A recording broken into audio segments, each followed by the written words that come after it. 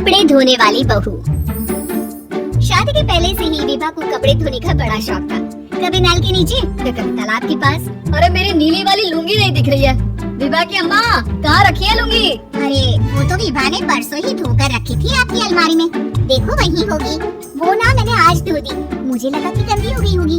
अरे कैसे गंदी हो गई थी? उसे तो मैंने पहना भी नहीं। हे भगवान, इस लड़की के कपड़े धोने की आदत से परेशान हो गया हूँ मैं। जितना तो घर में राशन नहीं आता उससे कहीं ज्यादा डिटर्जेंट पाउडर का खर्चा है। इसकी शादी करवा दो, शादी जाए अपने घर में ही करेगा, फिर चाहे घर के कपड़े धोने हो या पूरे गांव के। हाँ ठीक बोल रही हो। देखता हूँ मैं कोई लड़का। वो दिन भी आ जाता है जब विभा को देखने लड़के वाले आ जाते हैं। लड़की मुझे अच्छी लगी। होने वाली सास कहती है, बेटी अगर कुछ पूछना है तो पूछ लो। वैसे तो हमारी लड़की बहुत ही शर्मीली है, जो बोल दो वो मान लेती है, इसे क्या पूछना होगा। अरे कैसी बात कर रही हो माँ, मुझे इन लोगों के घर रहना है, सवाल तो करिए। हाँ हाँ बेटा पूछ लो ना, क्या पूछना है। आप लोगों के घर कपड़े कौन धोता है? सास का मुंह बन जाता है। देखो अगर तुम ये कहना चाहती हो कि तुम्हें कपड़े धोने नहीं आते तो सुन लो, कपड़े मैं ही धोती हूँ, लेकिन तुम्हारे आ जाने के बाद मैं रुमाल तक नहीं धोऊंगी। अरे चुप रहना भाग्यवान, बहू बेचारी घर आई नहीं, उसे डराना शुरू कर दिया।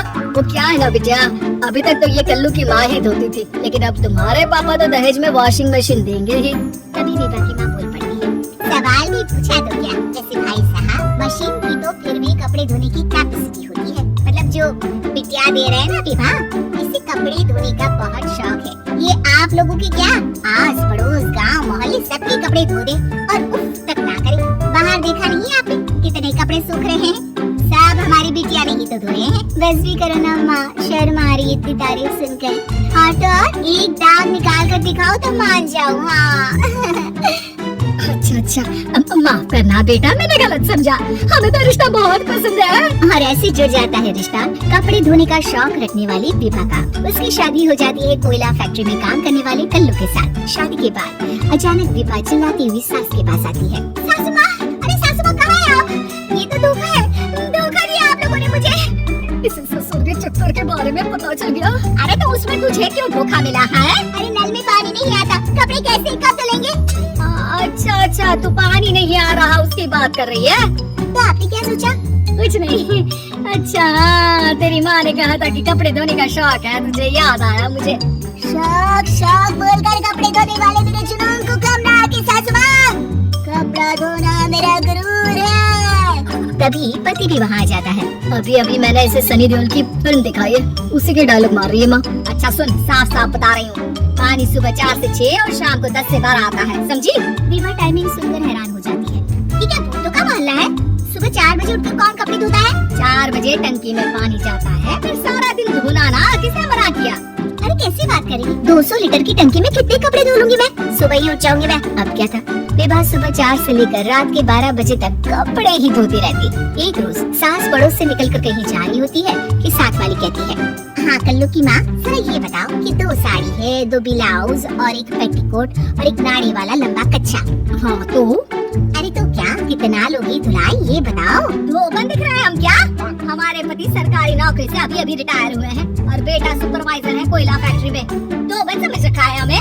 हाय रे कल्लू की अम्मा, माफ कर दो, वो तो मोहल्ले में यही सब बता रहे थे कि तुमने बहू को कपड़ा धुलवाने के काम में लगा दिया है। सास को पड़ोसन की बात सुनकर गुस्सा आ जाता है। वो घर पहुंचती है जहाँ घर के बाहर ही इतने सारे कपड़े सूख रहे होते हैं जितने कि किसी धोबन के घर पर। अरे ओ कल्लू की दुल्हन बाहर निकल। माँ जी यही आ जाओ, बाथरूम में चादर धो रहे हैं हम। अरे अभी हम धोते हैं, तुमको बाहर निकलो। ये आस पड़ोस वाले बोल रहे हैं कि हम बहू से कपड़े धुलवा कर उसे कपड़ा धोने वाली बना दिए हैं। अरे छोड़ो ना माँ जी, इन लोगों की बातों में आती हूँ। आस पास के लोगों का तो काम ही होता है कि वो किसी तरह सास बहू को लड़ा दे। बहू सारे घर के कपड़े धोती है, ये क्या कम है? बोलिए। सास को भी लग जाता है कि वो बहू का ये संकीपन नहीं छुड़वा सकती, इससे अच्छा है कि खुद ही चुप हो जाए। एक रोज सास और बहू मंदिर जाते हैं, जहाँ सास की साड़ी वहाँ खड़ी भीख मांगने वाली से मिलती है। माँ जी क्या बात है, आपकी साड़ी उस भिखारन से कितनी मिल रही है ना? हाँ देखो तो दोनों की साड़ी मिल रही है। क्या बात है कल्लू की अम्मा, तुम खुद को तो अफसर की बीवी बताती हो और ऐसी सिंपल सी प्लेन साड़ी पहनकर घूमती हो। सिंपल और प्लेन नहीं है ये साड़ी। तो क्या सोने के धागे से फूल बने हैं?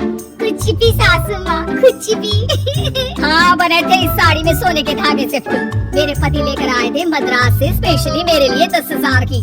है भाई साहब इस भिखारन के लिए भी सेम टू सेम साड़ी लेकर आए होंगे 10,000 की। सास उस वक्त कुछ नहीं कहती, लेकिन बहू के साथ घर आती है और अलमारी से एल्बम निकाल कर लाती है। ये साड़ी देख रही है, ये वही साड़ी है जिसे मैंने अभी पहना था। इस साड़ी में ये जो चमकदार फूल दिख रहे हैं ना, ये सोने के धागों से काटे गए हैं। लेकिन तू लोकल वॉशिंग मशीन ब्रश से घिस घिस कर सारे फूलों को निकाल कर साड़ी प्लेन कर दी। मुझे माफ कर दीजिए सासू माँ। और तो और, जब मैंने तुझे तेरी गलती के लिए कुछ नहीं कहा, लेकिन तूने तो सबके सामने मेरा मजाक ही बना दिया। क्यों? बहू को समझ में आ जाता है कि अब से उसका कपड़े धोना बंद।